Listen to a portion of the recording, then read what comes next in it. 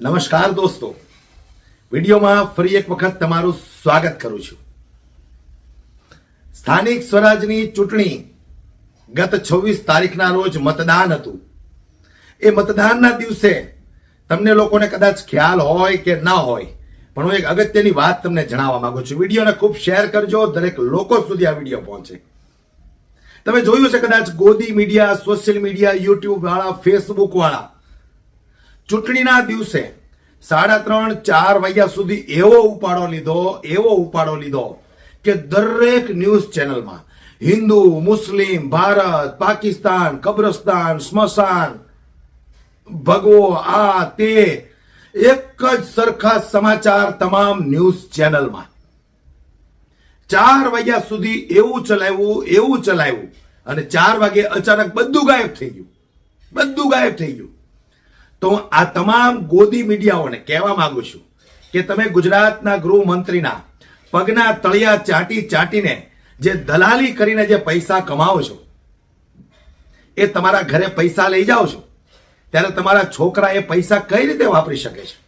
તમે એને કહો છો કે અમે ભારત, પાકિસ્તાન, હિન્દુ, મુસ્લિમ, કબ્રસ્તાન, દરગાહ, મસ્જિદ, નમાઝ, આ બધા શબ્દોની દલાલી કરીને બેટા પૈસા લેવા છે, લે તું વાપર. આવું કહી શકો છો તમે તમારા બાળકોને? નહીં કહી શકો, કારણ કે તમે તમારું જમીર, તમારું ઈમાન વેચી દીધું છે. એવો ઉપાડો લીધો તો 3-3:30 સુધી અચાનક બધું જ ગાયબ. અરે હું આ ગોદી મીડિયાઓને કહેવા માંગુ છું, દલાલ મીડિયાઓને કહેવા માંગુ છું, ક્યાં સુધી તમે દલાલી કરશો? એક સમય એવો આવશે કે દેશ જ બરબાદ થઈ જશે, તો તમારા છોકરાઓ, તમારા પરિવારનું શું થશે? ક્યાં સુધી તમે આ દલાલીના પૈસા ઘરે લઈ જશો?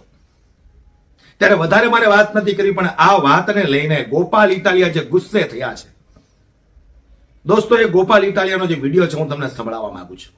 થોડો શેર કરજો વિડીયો, દરેક લોકો સુધી પહોંચે અને ખબર પડે કે આ દલાલ મીડિયાઓ, યુટ્યુબરો, ફેસબુકની અંદર જે ઇન્ફ્લુએન્સરો છે એ કેવી દલાલી કરે છે, સત્તા પક્ષની કેવી દલાલી કરે છે. ત્યારે આ વાતને લઈને ગોપાલ ઇટાલિયાએ જે વિસ્તારથી આ તમામ ગોદી મીડિયાઓને, દલાલોને જે વગર સાબુએ ધોયા છે, સૌથી પહેલા આપણે એક ગોપાલ ઇટાલિયાને સાંભળવા છે દોસ્તો. આ વિડીયો હું જે તમને બતાવું ને, એ થોડો સમય કાઢીને વિડીયો તમે ખાસ સાંભળજો. દેશની બરબાદીનું મોટામાં મોટું જો કારણ હોય તો આ ગોદી મીડિયાઓ છે, આ દલાલ મીડિયાઓ છે. સાંભળો તમે આ ગોપાલ ઇટાલિયાએ આ તમામ મીડિયા વાળાને શું કીધું છે. કે અત્યારે જ્યારે હું બોલું છું ત્યારે 27મી એપ્રિલ 2026 ના સાંજના 6:30 વાગ્યા છે. ગઈકાલે બપોરે 3 વાગ્યા સુધી ટીવીમાં હિન્દુ, મુસલમાન, પાકિસ્તાન, નમાઝ, મસ્જિદ, મૌલવી, ફતવા આ જ હાલતું હતું. અચાનક કેમ ગાયબ થઈ ગયું ભાઈ? ગુજરાતના કરોડો લોકોએ હર્ષ સંઘવીને, ભાજપની સરકારને અને ગોદી ચેનલોને પૈસા માટે, દેશને બરબાદ કરવા માટે નીકળી ગયેલી દલાલ જે ટીવી છે, દલાલ યુટ્યુબ ચેનલ છે, એને દેશની જનતાએ પૂછવું જોઈએ કે અચાનક કેમ ગાયબ થઈ ગયું બધું? અચાનક શું થઈ ગયું ભાઈ? ગઈકાલ સુધી તો મૌલવી, પાકિસ્તાન, મસ્જિદ, નમાજ, ગઈકાલ સુધી એવું લાગતું હતું કે અરે રે બરબાદ થઈ જશું, મરી જશું, કંઈક થઈ જશે, હોય બાપા, જલ્દી કરો, જાગો, જાગૃત બનો. અને 24 કલાકમાં શું વળી એવું મોટું યુદ્ધ જીતી ગયા અને બધું ફાઇનલ થઈ ગયું કે ટીવી માંથી બધા સમાચાર ગાયબ થઈ ગયા? કેમ અચાનક બધું મસ્જિદ, મૌલવી, હિન્દુ, મુસલમાન, પાકિસ્તાન, કબ્રસ્તાન બધું કેમ ગાયબ થઈ ગયું? તો કોઈ તો પૂછો ગુજરાતમાં ટીવીને, કોઈ તો યુટ્યુબ વાળાને પૂછો કે હાલી હું નીકળ્યા છો? શરમ આવવી જોઈએ. 2 પૈસાના પાર્લે બિસ્કિટ માટે થઈને દેશની જનતાને ગુમરાહ કરવામાં શરમ આવવી જોઈએ. હું આપણા મા બાપને, આપણા છોકરાઓને હું મોઢું બતાવીએ? આપણે દલાલી કરીને, ગુલામી કરીને, હર્ષ સંઘવીના પગના તળિયા ચાટીને પૈસા કમાઈને એ પૈસા ઘરે લઈ જઈએ, તો આપણે આપણા બાળકોને શું મોઢું બતાવતા હશું? આપણા છોકરાને વાપરવાના પૈસા આપીએ કે લે બેટા તારા કપડા માટે, શૂઝ માટે, ઘડિયાળ માટે, બોલપેન માટે, ત્યારે શરમ નથી આવતી કે હિન્દુ, મુસ્લિમ, ભારત, પાકિસ્તાનની દલાલી કરીને પૈસા કમાયા છે અને દેશ જ બરબાદ થઈ જશે તો તમારા પોતાના છોકરા કેમ સુખી થશે? તો મારી તો બધાને, ગુજરાતની જનતાને વિનંતી છે કે જાગૃત બનો. ગઈકાલે બપોરે 3-4 વાગ્યા સુધી એવો ઉપાડો લીધો મુસ્લિમ, પાકિસ્તાન, નમાજ, મસ્જિદ, કબ્રસ્તાન, હિન્દુ, ધર્મ, અધર્મ, અને મતદાન પૂરું થયું અને તરત જ આ બધું બંધ થઈ ગયું, એકદમ અચાનક ગાયબ થઈ ગયું. હજુ થોડુંક તો હાલવા દેવું હતું. તો આ ખેલ જનતાએ જાણવાની જરૂર છે. આ ખેલ જાણવું જરૂરી છે લોકોએ, કે દર વખતે, દર ચૂંટણીએ ટીવી, યુટ્યુબ, કહેવાતા બધા ઇન્ફ્લુએન્સર્સ, પોતાની જાતને મહાન ક્રાંતિકારી માનતા, 5-25 લાઈકો શું વળી ફેસબુક ફોલો કરનારા શું વધી ગયા, કે પોતાની જાતને મહાન ક્રાંતિકારી માનનારા લોકોએ દેશને આવી રીતે બરબાદ ન કરવો જોઈએ. તમારે શિક્ષણ, સ્વાસ્થ્ય, રોડ, રસ્તા, વીજળી, પાણી, રોજગાર, સામાજિક સુરક્ષા, સિંચાઈનું પાણી, આવા મુદ્દા બતાવવા જોઈએ. મને એ વાતનું હજુ મનોમંથન થાય છે, અચાનક કેમ ગાયબ થઈ ગયું. ગઈકાલે જે ઉપાડો લીધો હતો, ઓહો, દર 1 કલાકે નવા હથકંડાઓ ટીવીમાં આવતા હતા. અને મને ખબર છે કે ભાજપની ઓફિસમાં બેઠેલા જે કાંઈ અમુક મોટા નેતાઓ છે, એ ગુજરાતની દરેક ટીવી અને યુટ્યુબ વાળાને ફોન ઉપર કન્ટેન્ટ મોકલે કે તમારે ફરજિયાત આ મુદ્દો ચલાવવાનો છે. એટલે તમે જોશો તો બધી જ ટીવીમાં એક સરખા સમાચાર આવતા હોય. તમે ક્યારે છાપું ખોલશો તો દરેક છાપાના પહેલા પાનાની હેડલાઇન રોજે રોજ અલગ હોય. કોઈ આંતરરાષ્ટ્રીય વિષયની હેડલાઇન બનાવી હોય, કોઈએ ગુજરાતના વિષયની હેડલાઇન બનાવી હોય, કોઈએ ઘટનાની હેડલાઇન બનાવી હોય, કોઈએ દુર્ઘટનાની હેડલાઇન બનાવી હોય. શું કામ? કેમ કે બધા વ્યક્તિઓએ પોતાની મનથી, પોતાની મરજીથી, પોતાને જે યોગ્ય લાગ્યું હોય એ સમાચાર લખ્યા હોય. પણ જ્યારે બધા જ છાપામાં, બધી જ ટીવીમાં, બધી જ યુટ્યુબમાં એક સરખા સમાચાર આવે ત્યારે સમજી જવાનું કે દલાલી ચાલુ થઈ ગઈ છે. હર્ષ સંઘવીના પગના મોજા કાઢીને તળિયા ચાટે છે, લાંબી જીભ કરીને. કેમ કે એક સરખા સમાચાર બધી જ જગ્યાએ કેવી રીતે આવે? કેમ કે જે સમાચાર ચલાવનાર વ્યક્તિ છે એ દરેકની પોતાની રાજકીય વિચારધારા અલગ હોય, સામાજિક વિચારધારા અલગ હોય, અભ્યાસ અલગ હોય, એની વિચારવાની સ્ટાઇલ અલગ હોય. કઈ ઘટના ગંભીર સમાચાર છે, કઈ ઘટના ઓછી ગંભીર સમાચાર છે, એ દરેક વ્યક્તિ અલગ અલગ હોય. ગોપાલભાઈને જે સમાચાર ગંભીર લાગે એ સમાચાર રમેશભાઈને ગંભીર ન પણ લાગે, છગનભાઈને અત્યંત ગંભીર લાગે, મગનભાઈને મધ્યમ ગંભીર લાગે, એવું બનતું હોય. પણ આખા ગુજરાતમાં એક સાથે મૌલવી, મસ્જિદ, હિન્દુ, પાકિસ્તાન, મુસલમાન.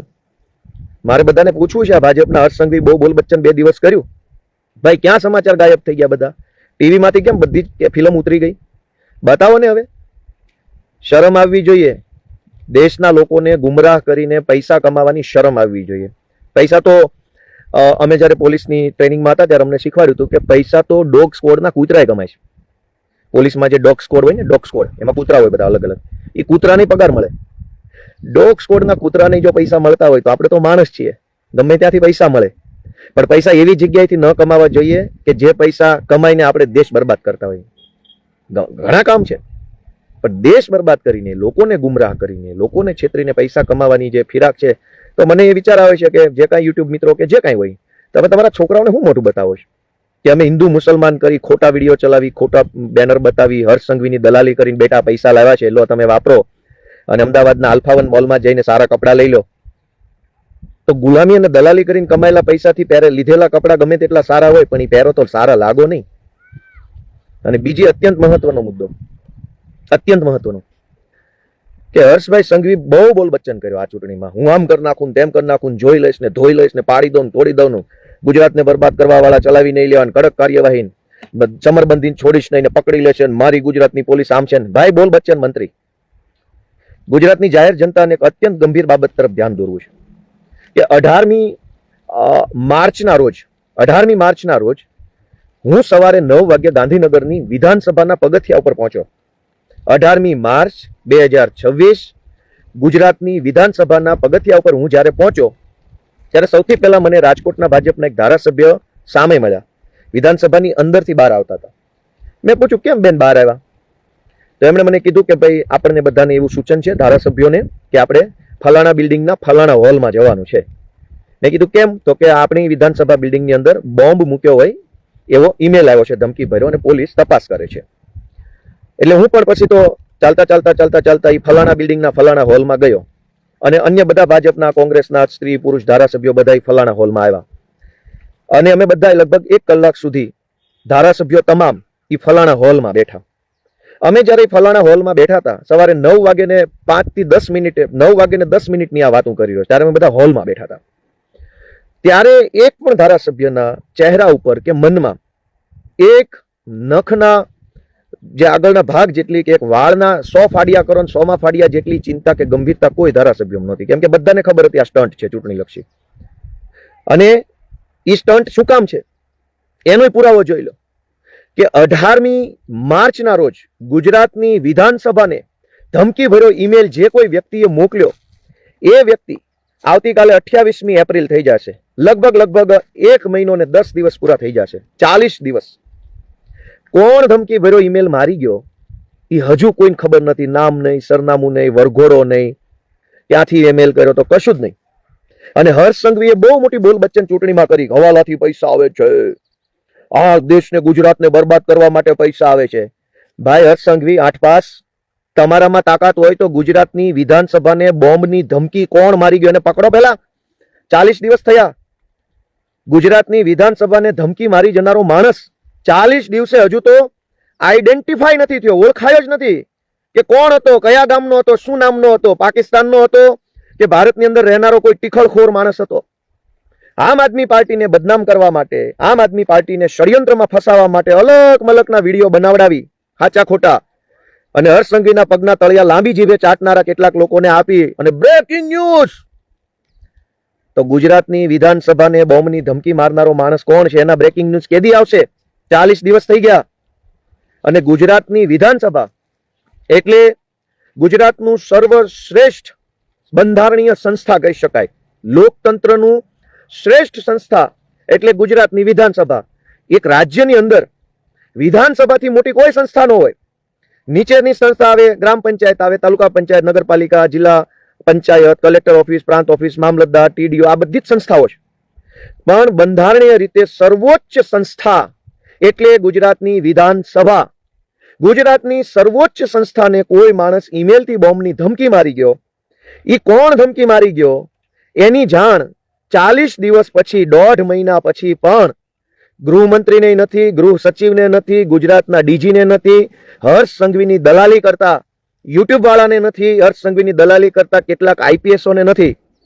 પણ આ આખી ચૂંટણીમાં ભાજપની દલાલી કરતા કેટલાક આઈપીએસઓ, ભાજપની દલાલી કરતા કેટલાક ટીવી વાળાઓ અને હર્ષ સંઘવીએ મન ફાવે એવા વિડીયો બનાવીને બ્રેકિંગ ન્યૂઝ, એક્સક્લુઝિવ ન્યૂઝ, પોલીસે તપાસ કરી, સીટની રચના, ધરપકડ કરી, હવાલાના પૈસા આવ્યા, અહીંથી પકડાઈ ગયું, અહીંથી પકડાયું, ત્યાંથી પકડાયું, ફલાણું પકડાયું, સીસીટીવી આવી ગયા. હાલી હું નીકળ્યા છો, સારી ગટર ગોતીને એમાં ડૂબી જાઓ, કેમ કે તાજા પાણીમાં તો મરવાને લાયક નથી તમે. શરમ આવવી જોઈએ. આમ આદમી પાર્ટીને બદનામ કરવા માટે ચંડાલ ચોકડી ભેગી થઈ. 8-10 યુટ્યુબ વાળા, 2-5 દલાલ આઈપીએસઓ, હર્ષ સંઘવીના તળિયા ચાટનારી ટોળકી, તમે બધાય ભેગા મળીને ગોતો ને પેલા કે ગુજરાતની વિધાનસભાને બોમ્બની ધમકી કોણ મારી ગયું, ગોતી કાઢો જાઓ. બહુ મરદ મૂછાળાઓ, બહુ પાણીવાળાઓ, ઓલી રીલો બનાવનારા, સૂર્યવંશમ કરતી રીલો બનાવનારા બહુ સિંઘમો હોવ તો જાઓ ગોતો કે ગુજરાતની સર્વોચ્ચ બંધારણીય સંસ્થા ગુજરાત વિધાનસભાને બોમ્બની ધમકી કોણે મારી. કેમ 40 દિવસથી કઈ અતો પતો નથી આરોપીઓનો?